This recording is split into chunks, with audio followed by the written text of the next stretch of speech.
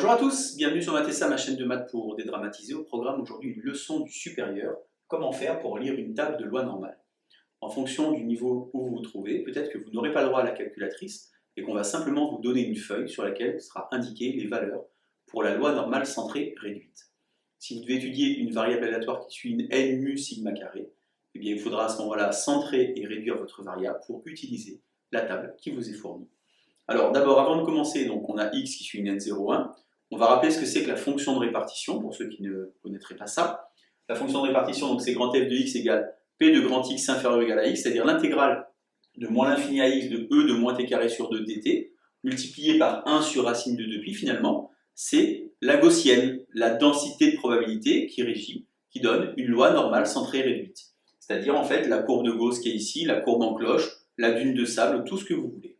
Lorsque vous posez un x, à ce moment-là, ici, sur votre axe des abscisses, eh bien, vous voyez que ça va vous partager votre gaussienne en deux parties. La partie gauche que j'ai mise en rouge, qui correspond finalement à la valeur de grand f de x. Pourquoi? Parce qu'en fait, grand f de x, c'est l'air sous la courbe, donc finalement l'air qui est hachuré en rouge.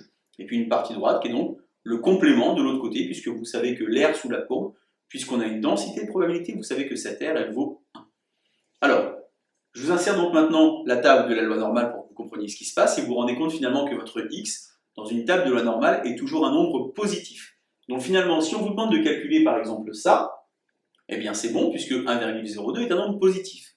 Mais si on vous demande de calculer ça, eh bien là on ne peut plus le faire. Pourquoi? Parce qu'on a moins 0,5. Alors il y a quand même une chose essentielle qu'il faut que vous compreniez, c'est qu'il y a une symétrie dans la gaussienne. C'est-à-dire que là, si j'ai x qui est donc un nombre négatif, moins x de l'autre côté, va donc être un nombre positif.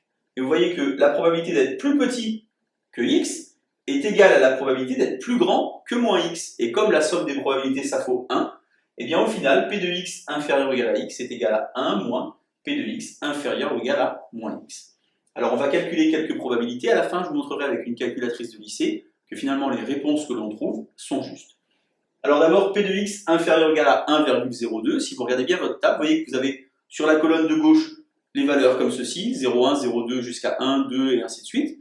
Et en horizontal, les valeurs pour les centièmes, 0,01, 0,02 et ainsi de suite.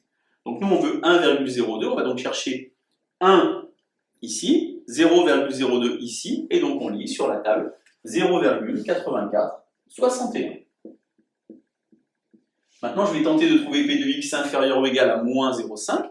J'ai expliqué tout à l'heure par rapport à la symétrie que c'était pareil que faire 1 moins p de x inférieur ou égal à 0,5.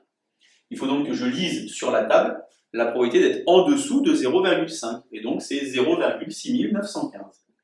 1 moins 0,6915 par soustraction 0,3085. Maintenant, je peux espérer par hasard trouver la probabilité pour un intervalle, par exemple être compris entre 0,2 et 0,7. Eh bien, si je veux être entre 0,2 et 0,7, finalement, c'est comme si j'étais en dessous de 0,7, moins en dessous de 0,2. Je vais donc lire dans ma table la probabilité d'être en dessous de 0,7, auquel je vais enlever être en dessous de 0,2, et par soustraction, j'aurai la probabilité de l'intervalle compris entre 0,2 et 0,7. Donc pour 0,7, j'ai 0,7580.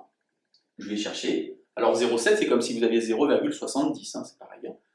Et pour 0,2, j'ai 0,793. 0,2. Finalement, la soustraction va me faire 0,1787. On vérifiera après avec la calculatrice. Un dernier exemple extrêmement important, comment faire pour trouver une probabilité quand on a plus grand que quelque chose? Eh bien, on fait par le contraire, on va dire que c'est 1 moins p de x inférieur ou égal à 1,17. Je vais donc chercher dans la table 1,17, c'est-à-dire 1,1 et 0,07. Et donc j'ai 8790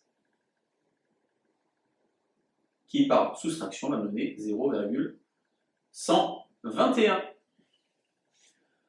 On peut également utiliser une table de probabilité comme ceci, une table de loi normale à l'envers, c'est-à-dire on vous donne une probabilité, on vous dit de retrouver l'antécédent. Si par hasard je vous dis, bah voilà, je sais que la probabilité d'être x inférieur ou égal à un nombre petit a par exemple est égale à 0,9370, et bien vous cherchez dans la table où est situé 0,9370 et vous voyez que c'est pour le nombre 1,53. vous avez P de grand X inférieur ou égal à 1,53, et donc ça vaut 0,9370. Je vous propose quand même la calculatrice pour vérifier que mes nombres, mes valeurs, elles étaient bonnes.